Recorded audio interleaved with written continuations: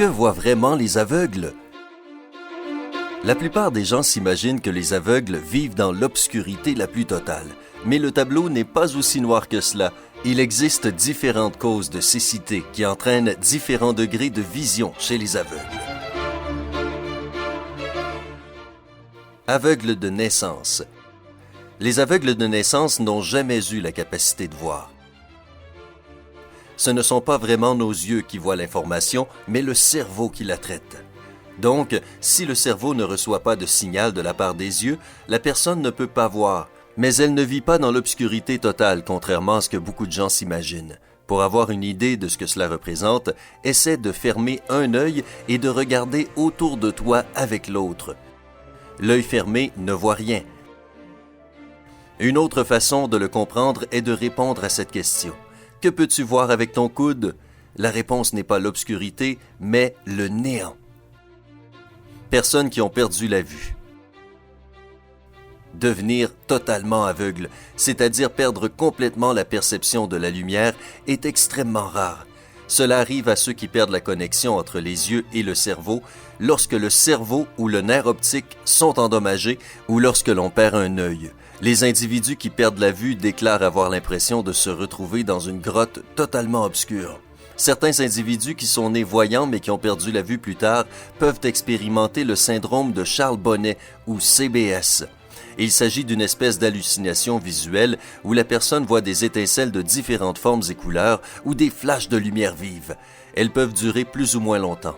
Les individus souffrant de CBS n'ont pas de troubles mentaux et ils comprennent très bien que ce qu'ils voient n'est pas réel, mais cela est seulement dû à un dérèglement de leur cerveau. Lorsque l'on pense à la cécité, on imagine la cécité totale, mais il existe aussi un phénomène appelé cécité fonctionnelle. Il a une signification différente selon les pays. Aux États-Unis, une vision normale est de 20 sur 20. Et plus le deuxième nombre est élevé, moins la vision est bonne. Un individu avec une vision de 20 sur 200 est considéré comme souffrant de cécité fonctionnelle, c'est-à-dire qu'elle peut voir à une distance de 20 pieds, ce qu'une personne normale peut voir à une distance de 200 pieds. Cela peut aussi signifier qu'elle a un champ de vision de 20 degrés au moins, alors que la norme se situe entre 60 et 100 degrés. Il existe différents types de cécité fonctionnelle avec des degrés variables. Malvoyant. Un individu malvoyant peut percevoir des formes et des objets, mais de façon floue. Il peut percevoir les couleurs ou distinguer des objets seulement à une certaine distance, parfois seulement juste devant ses yeux. Dans certains cas, tout ce qu'il voit est flou et voilé.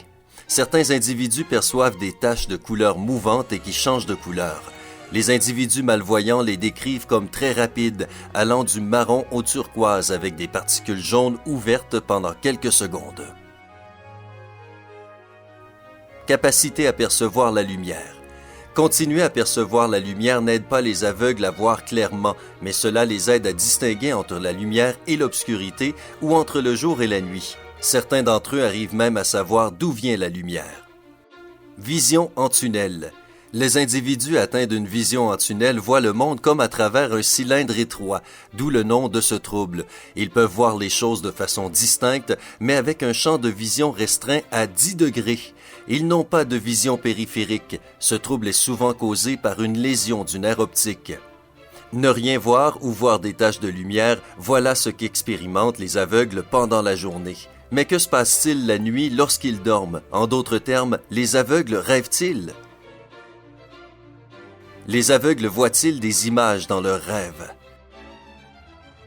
Encore une fois, la situation est différente pour les aveugles de naissance et ceux qui ont perdu la vue. Les individus qui ont toujours été aveugles rêvent avec leurs autres sens. Ils peuvent ressentir des odeurs, des sons, des goûts et des sensations.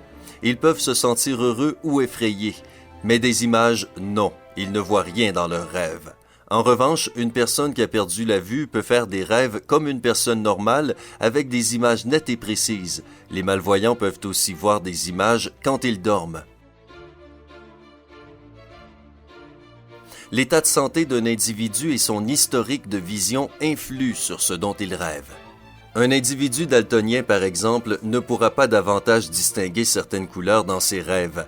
Une personne dont la vue s'est détériorée pourra voir des images nettes et précises comme avant ou floues comme aujourd'hui. Les gens qui portent des lunettes ou des lentilles peuvent rêver de façon plus ou moins nette, et ceux qui souffrent du syndrome de Charles Bonnet pendant la journée peuvent aussi en souffrir la nuit. Dans ce cas, ils verront des flashs de lumière même en dormant. Des scientifiques de l'Université de Copenhague ont tenté de découvrir ce que voient les aveugles dans leurs rêves. Il se trouve qu'environ 25% de leurs rêves sont des cauchemars. Ils en font 4 fois plus que les personnes normales. Utiliser ses autres sens. Une autre question populaire à propos des aveugles est de savoir si leurs autres sens se développent. Les chercheurs pensent que oui. Les aveugles se souviennent de l'odeur des choses et utilisent souvent l'ouïe et le toucher pour se repérer. Ils perçoivent le monde en utilisant leurs autres sens et stockent l'information ainsi acquise pour leur orientation future. Toute personne qui a tâtonné dans le noir pour trouver son chemin ou un interrupteur peut comprendre cette technique. Percevoir la lumière de façon non visuelle. Comme nous l'avons déjà mentionné, la perte totale de la perception de la lumière est très rare, mais elle peut arriver. De même qu'il est possible pour un aveugle d'avoir sa propre perception de la lumière. En 1923, l'étudiant de Harvard, Clyde Keeler, a effectué une recherche sur des souris aveugles. Même si leurs yeux étaient dépourvus de certains éléments nécessaires à la vision, elles avaient tout de même un rythme circadien. Leurs pupilles réagissaient même à la lumière. Les scientifiques ont repris ces recherches 80 ans plus tard et ont découvert que les humains, comme les souris, ont des cellules photosensitives spéciales non pas sur la rétine, mais au niveau des nerfs qui envoient des signaux au cerveau. Ces cellules ne participent pas au processus de la vision, mais elles aident à distinguer la lumière de l'obscurité. Si tu as d'autres connaissances sur le sujet, partage-les dans les commentaires ci-dessous. Et si cette vidéo t'a fait apprendre de nouvelles choses, clique sur le bouton « J'aime ». Si elle récolte 50 000 j'aime, nous partagerons d'autres faits intéressants sur le corps humain. Abonne-toi à notre chaîne afin de ne pas manquer nos nouveautés et prends la vie du côté sympa.